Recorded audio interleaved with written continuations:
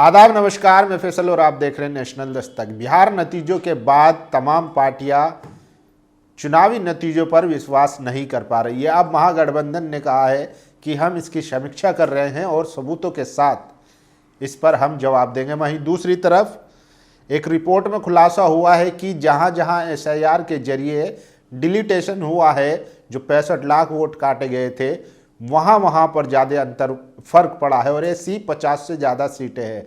वहीं दूसरी तरफ अब महागठबंधन मीटिंगें कर रहा है, लेकिन ये चीज़ उनको पहले सोचनी चाहिए थी जब एसआईआर के नाम पर वोट काटे जा रहे थे और वोट जोड़े जा रहे थे। तब तो ये लोग बिना तैयारी के सिर्फ इस लालच में कि बदलाव हो जाएगा चुनाव में कूद गए। अब ठीकरा फोड़ रहे हैं। तो सिर्फ चुनाव आयोग और दूसरे लोगों को जो है बीजेपी को कोसने से काम नहीं चलेगा। एक वक्त था बिहार में एक प्रदर्शन के दौरान जब लालू यादव पर प्रदर्शनकारियों पर जब लाठियाचार्ज हुई तो उस वक्त खबर ये फैल गई थी कि लालू यादव की मौत हो गई थी। तो आप समझिए कि लालू यादव ने कितना संघर्ष किया था, वो सड़कों पर रहे। लेकिन अब क्या होता है, राजनीति, चाहे राहुल गांधी हो, तेजस्वी यादव हो, अखिलेश यादव हो, तमाम नेता क्या करते हैं कि चुनाव से 6 महीने पहले एक्टिव होते हैं, यात्राएं करते हैं और लास्ट टाइम पे आकर ठीकरा फोड़ दिया जाता है। तो इससे अब ऊपर उठने की ज़रूरत है। अगर आपको लग रहा था कि एसआईआर के नाम पर, जो कि हुआ भी, सबूत है उसके, चुनाव आयोग की खुद की लिस्ट में मात्र 3 दिन में 2 लाख से ज़्यादा वोट बढ़ गए, तो तब आपने क्यों धरना प्रदर्शन नहीं किया, ये भी बड़ा सवाल है। लेकिन तो इसी तरीके के कुछ सवाल है, वो मैं आज आपको बता देता हूं कि सोशल मीडिया पर चल क्या रहा है। देखिए, बिहार से जो परिणाम आया है वे हम सभी के लिए अविश्वसनीय हैं। हम डेटा एकत्र कर रहे हैं और विस्तृत विश्लेषण कर रहे हैं और 1 से 2 हफ्ते के भीतर हम ठोस सबूत पेश करेंगे। केसी वेणुगोपाल कांग्रेस के सेक्रेटरी है, तो जब ये पेश करेंगे तब तक जो है बिहार में मुख्यमंत्री बन जाएंगे। और देखिए, जो बीजेपी बिहार में वोट धांधली को सिरे से नकारती है, वो बंगाल में सबूत दे रही है चुनाव आयोग को कि वहाँ पर 13 लाख से ज़्यादा जो डुप्लीकेट, फ्रॉड और मल्टीपल वोटर्स की एंट्री हुई है 294 असेंबली में। वहाँ के जो शुभेंदु अधिकारी है, बीजेपी के नेता, वो जो है पूरा बंडल लेकर चुनाव आयोग पहुँच गए। तो एक तरफ, क्योंकि देखिए बीजेपी बहुत आगे की सोचती है और बिहार में चुनाव हो गया, यहाँ पर ये लोग जो हैं अब लड़ रहे हैं, आरोप लगा रहे हैं, लेकिन बीजेपी बिहार पहुँच चुकी है, तो इस बात को भी देखना पड़ेगा। और वहाँ पर बीजेपी आरोप टीएमसी पर लगा रही है कि 13 लाख से ज़्यादा जो है फर्जी वोट है सबूतों के साथ। तो अब चुनाव आयोग की क्या प्रतिक्रिया होगी उस पर, वो भी देखने वाली बात होगी, क्योंकि सबूत और सबूतों का बंडल राहुल गांधी ने भी दिया था। बस फर्क इतना है कि उन्होंने चुनाव होने के बाद दिया और बीजेपी बंगाल में चुनाव होने से पहले चुनाव आयोग को बंडल सौंप रही है। तो टाइम का भी फर्क पड़ता है। और देखिए, यही सबसे ज़्यादा वायरल है। शुभेंदु अधिकारी जो है वो 13,25,000 डुप्लीकेट वोट लेकर पहुंचे हैं चुनाव आयोग के पास। तो अब इस पर क्या कार्रवाई होगी, ये भी देखना होगा। और देखिए, विपक्ष को अब चुनाव का बायकॉट करना चाहिए। इसका कोई मतलब नहीं कि आप ऐसा चुनाव लड़े जो निष्पक्ष नहीं है। चुनाव लड़कर विपक्ष सिर्फ चुनाव चोरी को वैधता दे रहा है। पर काला प्रभाकर, जाने माने अर्थशास्त्री और मोदी सरकार की मंत्री निर्मला सीतारमण के पति, तो ये चुनाव बाइकॉट की बात कर रहे हो। देखिए, जो पार्टी सरकार में है उसे चुनाव के दौरान सरकारी खजाने से हजारों करोड़ रुपए बांटने की अनुमति मिल जाए तो उसे कोई नहीं हरा सकता। इसे चुनाव भी नहीं कहा जा सकता। तो चुनाव के दौरान सरकारी फंड से करोड़ों रुपए महिलाओं के खाते में डाले गए और चुनाव आयोग खामोश रहा, ये भी बड़ा सवाल है। और देखिए, एमके स्टालिन की भी प्रतिक्रिया, ये कह रहे हैं बिहार चुनाव के नतीजे चुनाव आयोग के कुकृतियों और लापरवाह कार्रवाइयों को ढक नहीं सकते। चुनाव आयोग की प्रतिष्ठा अपने सबसे निचले स्तर पर है। इस देश के नागरिक एक मजबूत और निष्पक्ष चुनाव आयोग के हकदार है, एमके स्टालिन। तो ये भी बड़ा सवाल है। और देखिए, पुष्पम प्रिया हैं, उन्होंने ईवीएम पर सवाल उठाया है। मुझे मेरी माँ तक का वोट नहीं मिला। दरभंगा सीट पर लड़ी पुष्पम प्रिया ने ईवीएम पर फोड़ा ठीकरा। उन्होंने दावा किया है कि उनके पास गड़बड़ी के सबूत है, तो चुनाव आयोग इनके ऊपर अगर चाहे तो कार्रवाई कर सकता है, वरना इनके सबूतों का जवाब दे। और देखिए, राजद सांसद मनोज झा ने कहा, मैं एनडीए के सदस्यों को बहुत शुभकामनाएं देता हूं। बिहार की बेहतरी के लिए कुछ ब्लूप्रिंट तेजस्वी यादव ने रखा था, पलायन, नौकरी, उन्हें उस पर काम करना चाहिए।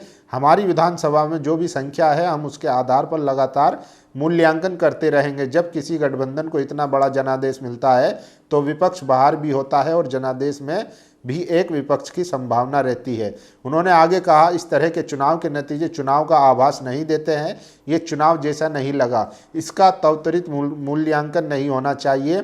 हम क्या ये बिसरा दे कि बिहारी युवा को रोजगार नहीं चाहिए, महिलाओं को सामाजिक सुरक्षा नहीं चाहिए, बिहार को पलायन से मुक्ति नहीं चाहिए, ये ज्वलंत मुद्दे हैं। तो आरजेडी सांसद मनोज झा की प्रतिक्रिया आई है, उन्होंने भी सवाल उठाया। और देखिए, 59 लाख वोट कटे, 21 लाख नए जुड़े। बिहार एसआईआर के बाद चुनाव आयोग ने जारी की फाइनल वोटर लिस्ट। बिहार में नरेंद्र मोदी चुनाव आयोग ने कैसे वोट चोरी की, उसके सबूत। बिहार में नरेंद्र मोदी अमित शाह के इशारे पर चुनाव आयोग ने एसआईआर पर 59 लाख वोट काट दिए। जिन लोगों के वोट काटे गए वे विपक्ष के वोटर थे, जिन्हें टारगेट कर लिस्ट से बाहर किया गया। ये साफ तौर पर वोट चोरी है। तो ये जो है आलोक शर्मा लिख रहे हैं। और देखिए, पूरे देश ने देखा कैसे बीजेपी के नेताओं और कार्यकर्ताओं ने अलग अलग राज्यों में वोट डालने के बाद भी बिहार में जाकर वोटिंग की। बीजेपी के कार्यकर्ताओं ने पहले दिल्ली, उत्तराखंड, बेंगलुरु, हरियाणा चुनाव में वोट किया, फिर उन सभी ने बिहार में भी वोट किया।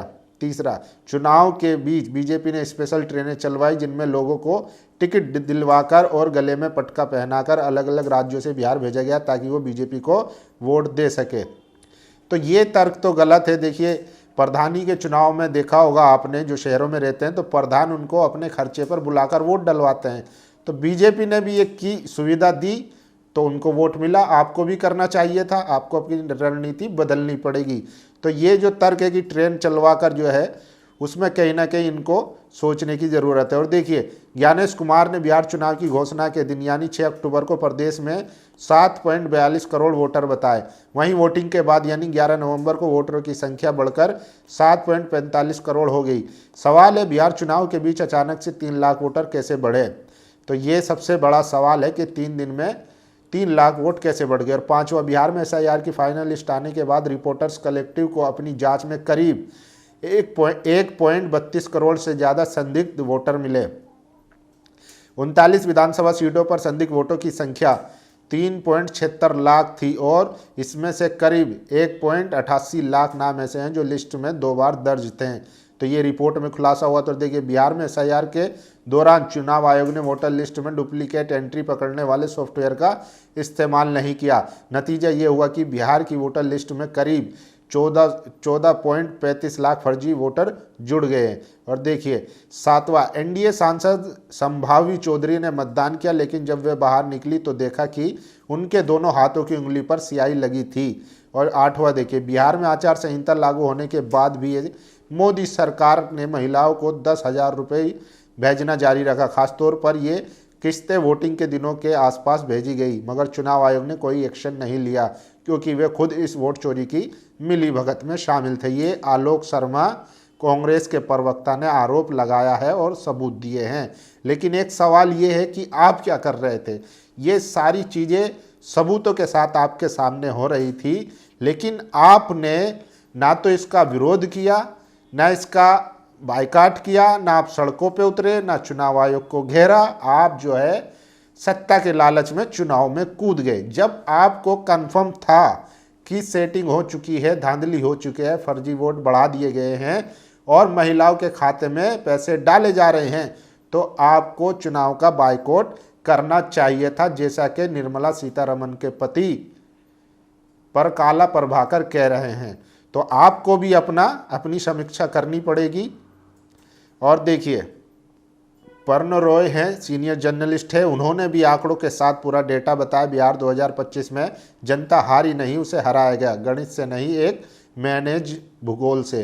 तो ये बड़ा सवाल है कि जब सबको पता था, सारी चीज़ें बात आ रही है, तो तब आप लोग क्या कर रहे थे?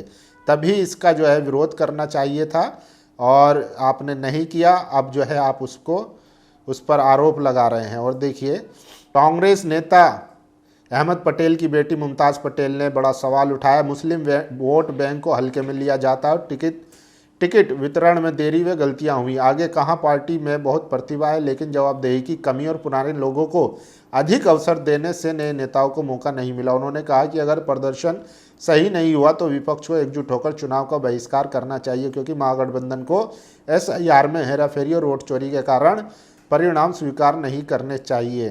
तो मुमताज़ पटेल ने ये सवाल उठाया है।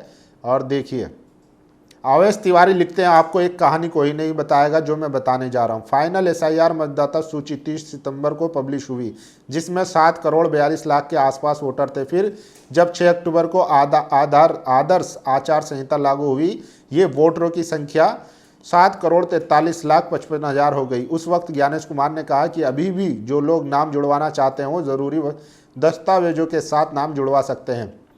पहले फेज के लिए 7 अक्टूबर और दूसरे फेज के लिए 10 अक्टूबर तक का समय निर्धारित किया गया।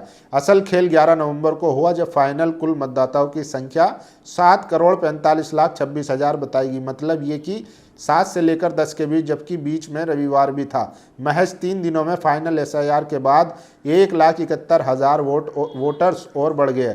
सवाल 3 है, ये वोटर्स कौन थे, कहाँ से आए थे, SIR में क्यों नहीं जोड़े जा सके? तो ये भी बड़ा सवाल है। तो सबसे ज़्यादा यही वायरल है। और देखिए, काला प्रभाकर जो निर्मला सीतारमण के पति हैं, वो चुनाव का बायकॉट करने की बात कर रहे हैं लगातार। और ये देखिए, वोट मेरा अधिकार तेरा, ये कैसे हो सकता है? जनता भी चौकन्ना हो चुके हैं चुनाव के रिजल्ट सुनकर। क्या हमारे अधिकार छीना जा रहा है? चुनाव आयोग जनता को धोखा दे रही है। EVM मशीन का इस्तेमाल करके किसी एक पार्टी को जिता रहे हैं।